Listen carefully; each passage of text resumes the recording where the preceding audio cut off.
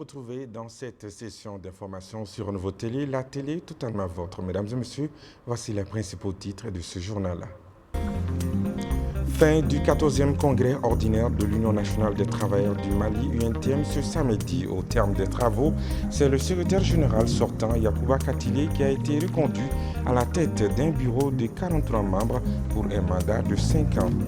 Malgré les multiples efforts des forces de défense et de sécurité, l'insécurité persiste au centre du pays. Courant cette semaine, les attaques terroristes ont coûté la vie à plusieurs personnes dans des localités du centre du pays. La délégation spéciale de la mairie du district de Bamako a célébré ses 100 jours, une occasion pour elle de faire le bilan des activités et la situation financière de la mairie du district. Voilà pour le sommaire.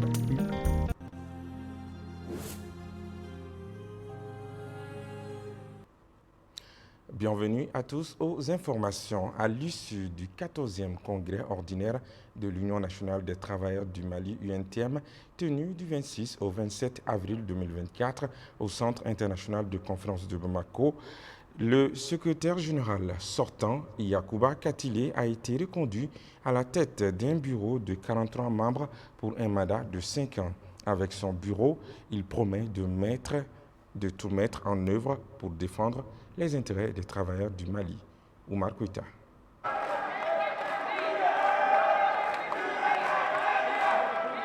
Résolutions et recommandations. En dépit d'une réelle pertinence, on en distingue qui méritent des éclaircissements sur leur faisabilité ou sur leur insuffisance.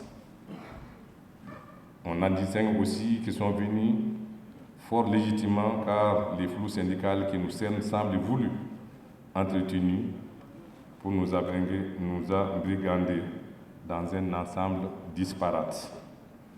Nous devons l'assainir en les mettant dans le cadre normatif qui sied.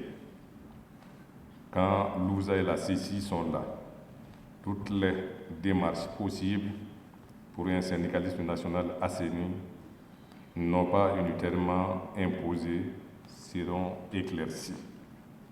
Quant aux résolutions politiques, aux questions de cherté des vies, nous nous employerons avec les syndicats de branche pour leur traitement radical. Des projections n'admettront donc pas des stratégies approximatives. Tout en félicitant l'ensemble des dirigeants pour la sérénité des débats, l'esprit de responsabilité générale, je vous remercie pour m'avoir renouvelé votre confiance à la tête de notre grande centrale syndicale, l'UNTM. Mesdames et Messieurs, à la lecture des importantes recommandations que vous venez d'adopter, je suis heureux de constater que vos assises ont pleinement répondu aux attentes de vos nombreux militants et militantes à travers le pays.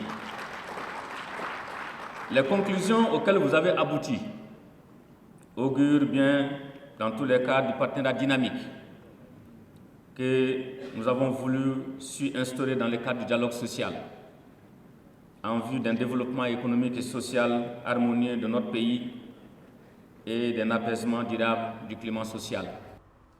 L'Alliance du secteur privé pour la promotion de la santé au Mali, ASP-PSM, a tenu ce samedi dans un hôtel de la place son assemblée générale ordinaire. L'ordre du jour a porté sur l'élection d'un nouveau bureau, la révision du statut et règlement et la présentation du bilan moral et financier de l'Alliance.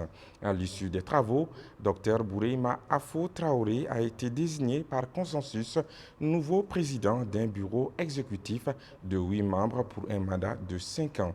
Il place son mandat sous le signe du rassemblement pour relever les défis dans le secteur de la santé. Compte rendu, Bakari MCDB. L'Alliance du secteur privé pour la promotion de la santé au Mali est une plateforme constituée de structures ou de regroupements appartenant au secteur privé, lucratif et non lucratif de la santé. Cette assemblée générale était une occasion pour le président sortant d'évoquer quelques difficultés qui minent l'organisation. À savoir le contexte socio-politico-sécuritaire, le manque de financement de son plan stratégique, l'épidémie de Covid-19, la non-signature du mémorandum d'attente entre le ministère de la Santé et l'Alliance du secteur privé et la signature de la charte du partenariat public-privé. Et enfin, la non-fonctionnalité du comité de dialogue et de concertation publique-privée. Le secteur privé de la santé au Mali occupe 64% des prestations de services. Satisfait du travail abattu par l'équipe sortante, le président de l'Ordre des médecins du Mali et le ministère de tutelle ont invité le nouveau bureau à maintenir la dynamique. Je vous invite donc à consolider les acquis et avancer vers de nouveaux défis qui nous feront porter le plus haut les couleurs de notre cher pays maliba. Enfin, j'engage le département de la santé et du développement social pour un accompagnement diligent de l'Alliance dans la mesure du possible pour tout ce qui concerne ses activités allant dans le sens du rehaussement du niveau du système de santé. Après sa mise en place, le nouveau bureau s'est dit prêt à honorer la confiance placée en lui pour relever les défis que connaît le secteur privé de la santé. Il s'agit ici d'une mission aussi importante compte tenu de la place qu'occupe le secteur privé de la santé au Mali. Nous représentons 64% du service offert. Et nous mesurons la tâche qui nous attend. Et avec l'ensemble de mon équipe, nous allons tous faire en sorte que prendre ce flambeau, tenir ce flambeau très haut, c'est cette assurance que nous pouvons vous donner aujourd'hui. À noter que cette alliance est présente aujourd'hui dans 15 pays de l'UEMOA et le Mali occupe la deuxième vice-présidence de l'organisation sous-régionale depuis 2023. Direction le centre du pays où l'insécurité persiste. En effet, la population du centre du pays reste victime des attaques terroristes malgré les multiples efforts des forces de défense et de sécurité. Les régions de Bandiagara et de San ont subi ces derniers jours les barbaries des groupes armés terroristes faisant des morts parmi les civils. Le point avec Amadou Diarra. Selon la page d'information Le Pays d'Ogon, le blocus des forces vives de Bankas continue. Les manifestants disent toujours attendre la suite réservée à leur doléance, à savoir la mise en œuvre de mesures urgentes pouvant mettre fin aux enlèvements sur la route nationale 15 et la sécurité des personnes et de leurs biens. La même page informe aussi de l'assassinat de 2 personnes à Ganasougou, dans le cercle de Bankas. Lors de cette atrocité, les assaillants ont emporté du bétail. Selon la même source, le village attaqué fait partie des rares de leur commune à ne pas accepter les accords d'allégeance avec les groupes armés terroristes. À Kansila, dans le cercle de Badjankara, 2 jeunes ont été brûlés vifs par un groupe armé terroriste. Ces derniers étaient en train de tabasser des femmes alors qu'ils ont été aperçus par 4 jeunes. 2 ont pu s'échapper et 2 autres qui se sont réfugiés dans des grottes ont été brûlés. À Boudou, un jeune a été blessé suite à l'explosion d'une mine au passage de sa charrette. Dans la commune de Léol-Guéou, 2 personnes ont trouvé la mort suite à l'explosion d'une mine en feu au passage des forêts de Kona, un village de la commune. Dans la région des San, commune de Lanfiala, un mort et 5 personnes enlevées. C'est le bilan d'une attaque terroriste qui a visé des forêts du village de Kouma. Déjà annoncé dans les titres, la délégation spéciale de la mairie du district de Bamako a présenté ce samedi 27 avril 2024 son bilan d'activité depuis son installation il y a 100 jours. Lors de cette présentation, la délégation a fait le point sur plusieurs réalisations, notamment l'assainissement et la réhabilitation de la capitale. Il a aussi été question de faire le point de l'assainissement, de la gouvernance financière de la mairie. Il a été révélé que la délégation a hérité d'une situation financière chaotique avec une dette d'environ 18 milliards de francs CFA. C'est ce que nous dit notre reporter Loulma Dibaté. Suivant.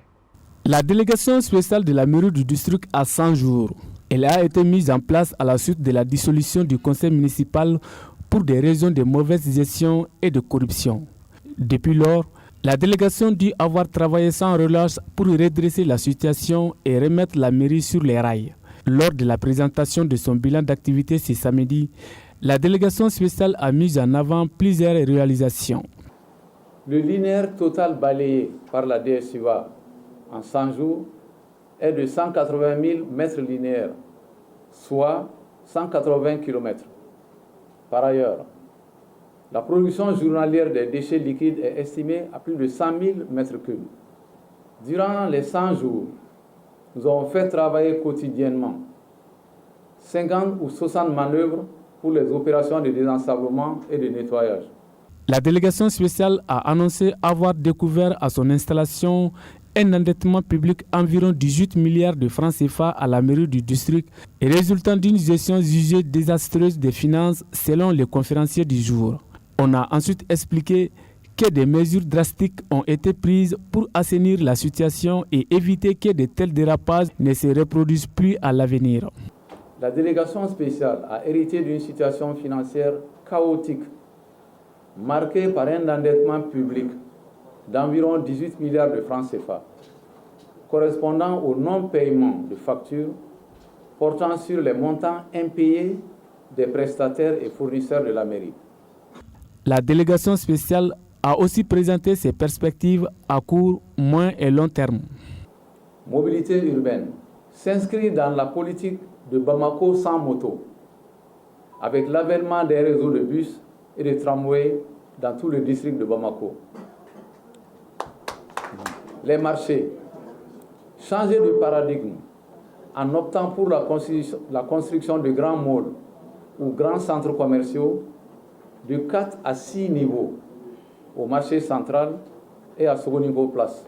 La délégation spéciale de la mairie du district de Bamako est satisfaite de ces 100 premiers jours. Elle revendique le redressement de la situation financière chaotique héritier, une efficace lutte contre la corruption et la mise en place des actions concrètes pour améliorer la vie des habitants de la capitale.